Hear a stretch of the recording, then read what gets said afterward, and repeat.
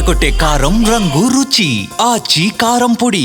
శ్రీకాకుళం జిల్లా కాశీబొగ్గలోని వెంకటేశ్వర స్వామి టెంపుల్లో జరిగినటువంటి తొక్కిసలాట్లో 9 మంది మృతి చెందారు. ఇంకా కొంతమంది గాయాల పాలై చికిత్స పొందుతున్నటువంటి పరిస్థితి. పలాసలోని ఉన్నటువంటి హాస్పిటల్లో మొత్తం ప్రస్తుతానికైతే 12 మంది ఇక్కడ చికిత్స పొందుతున్నారు. ఇప్పుడు ఆ బాధితులు మనతో ఉన్నారు, వాళ్ళతో మాట్లాడేటటువంటి ప్రయత్నించేద్దాం.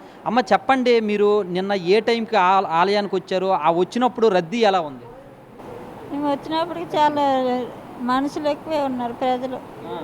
వెళ్ళినప్పటికీ కోవిల్కి దర్శనం మంచిగా అయిందయ్యా. అట్నుంచి వచ్చిన తలుపు వేసారు కదా, వెంటనే తీయడానికి మనుషులు వచ్చి పడిపోయి నా కాళ్ళు విరిగిపోయినాయి. అంటే మీరు వచ్చిన టైంలో రద్దీ అనేది, ఆ లైన్ అనేది ఎంతవరకు ఉంది? చాలా దూరం ఉంది. మీరు అక్కడ స్టార్టింగ్ దగ్గర నుంచి టెంపుల్ దగ్గరికి వెళ్ళడానికి ఎంత టైం పట్టింది? గంట పడుతుంది.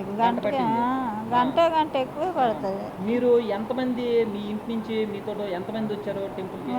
4 వచ్చాం. మా అబ్బాయి, మా మరిది, మా తోటకోడలు 4 వచ్చాం. వాళ్ళందరూ బాగానే ఉన్నారా? బాగానే. అంతా బయట ఉండిపోయారు. మా జాదవాన్ని నేను ఇద్దరమే వెళ్ళాము లోపలికి. అది వచ్చేసింది. నేను ఆ మనిషిలో ఇరుక్కుపోయాను కాబట్టి పడిపోయాను. ఆ తొక్కిసలాట జరగడానికి కారణం ఏమని అంటారు? ఎందుకు జరిగింది అనుకుంటున్నారు? మా తలుపు తీయడం ఆలస్యమైంది కదా, తీస్తే ఆ మనుషుల మీద నేను వేగం వెళ్ళిపోస్తాను అలా వచ్చారు. మనుషుల మీద మనుషులు పడి. అయితే మీ మీద మీకు ఇప్పుడు ఏమైంది? కాలుకి చేతికి ఏమైంది? నా కాలుకి ముసలి ఆవిడ నా కాలు మీద పడిపోయింది, అది చచ్చిపోయింది. ఆ తర్వాత నా కాలు ఇరిగిపోయినాయి. కీలు రాళ్ళు మధ్యన ఉండిపోయినాయి. నా కాలు మధ్యన ఉండిపోయి ఇరిగిపోయినాయి 2 కాళ్ళు. మరి లోకేష్ వచ్చారు కదా, లోకేష్ వచ్చి ఏమన్నారు? అమ్మ అన్నీ చూసుకుంటాం, బాగా అయిపోతావు, ఏం పర్వాలేదమ్మా అనుకున్నాను.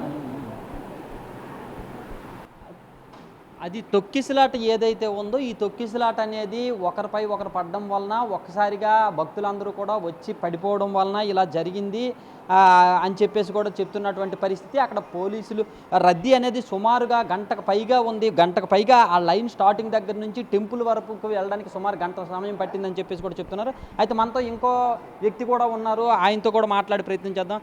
చెప్పండి, మీరు ఎక్కడి నుంచి, మీది ఏ ఊరు, ఎక్కడి నుంచి వచ్చారు ఆలయానికి? మాది ఇచ్చాపురం మండలం అండి, ధర్మపురం గ్రామం. అయితే మేము దర్శనానికి అనేసి వచ్చాము మొత్తము చాలామంది. అయితే దర్శనానికి వెళ్ళేటప్పుడు చాలా రద్దీగా ఉంది. మెట్ల పైన మేము ఉండేటప్పుడు డోర్స్ వేసారు. అక్కడ ఎటువంటి సిబ్బంది లేరు. ఎవరు ఎటుపక్క వెళ్తున్నారో అనేది తెలియదు. దర్శనం చేసుకుని ఎట్లా వెళ్ళి వస్తారో ఎట్లా వెళ్తున్నారో తెలియదు. డోర్స్ దగ్గరే వెళ్తామని డోర్స్ మూసేశారు. 10 నిమిషాల వరకు మూసేశారండి. ఈ లైన్ అనేది ఎంతవరకు ఉండేది మీరు వచ్చినప్పుడు? ఇప్పుడు హైవే రోడ్డు ఉంది కదా, అక్కడ నుండే గుడి వరకు ఉందండి. సుమారు ఎంత ఉంటుంది? పొడుగు ఎంత ఉంటుంది ఆ లైన్? పొడుగంతా మినిమం 1 కిలోమీటర్ అనుకోండి.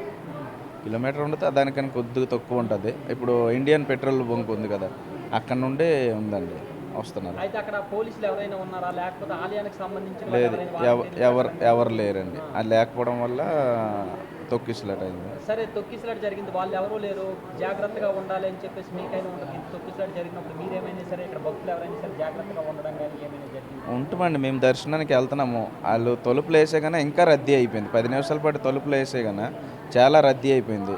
ఇటు మేము మెట్ల పైన ఉన్నాము, అటు భక్తులు దర్శనం చేసుకొని వస్తున్నారు, వాళ్ళు కూడా లోపల సైడ్ ఉన్నారు. ఒకేసారి తలుపులు తీయడం వల్ల వాళ్ళు మా పైన పడిపోయారు. అయితే దీనికి కారణం ఎవరు అంటారు? ఈ తొక్కిసలాట కారణం ఎవరిని బాధ్యత చేస్తారు? ఎవరినంటే మెయిన్ సిబ్బంది పెట్టుంటే బాగుండేది. గైడ్ చేసే వాళ్ళు అక్కడ ఉండుంటే చాలా బాగుండేదని అనుకుంటున్నాను. అది ఏదైతే ఉందో ఆ సిబ్బందిని సరిగా ఏర్పాటు చేసి ఉంటే బాగుండేది అని చెప్పేసి చెప్తున్నటువంటి పరిస్థితి. ఆ సిబ్బందిని సరిగా దాన్ని కంట్రోల్ చేసే వాళ్ళు ఎవరు లేకపోవడం వల్ల ఇలా జరిగిందని అంటున్నారు.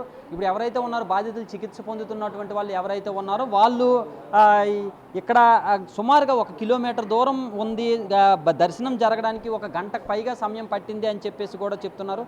ఇంత గంటకు పైగా అంటే చాలా రేర్ టెంపుల్లోని మాత్రమే దర్శనానికి 1 గంటకు పైగా సమయం పడుతుంది. అలాంటప్పుడు ఖచ్చితంగా భద్రత అనేది ఏర్పాటు చేయాల్సినటువంటి అవసరం ఉంది. అది భద్రత ఏర్పాటు చేయడంలో ప్రభుత్వం వైఫల్యమైందా, లేకపోతే ఆలయాన్ని నిర్వహిస్తున్నటువంటి పాండా గారు వైఫల్యమయ్యారనేది పక్కన పెడితే ఖచ్చితంగా భద్రత లేకపోవడం అనేది ఇక్కడ ఖచ్చితంగా కారణం అనేది క్లియర్గా తెలుస్తున్నటువంటి పరిస్థితి. కెమెరామెన్ నాగరాజుతో సన్ముఖ్, బిగ్ టీవీ, శ్రీకాకుళం నుంచి.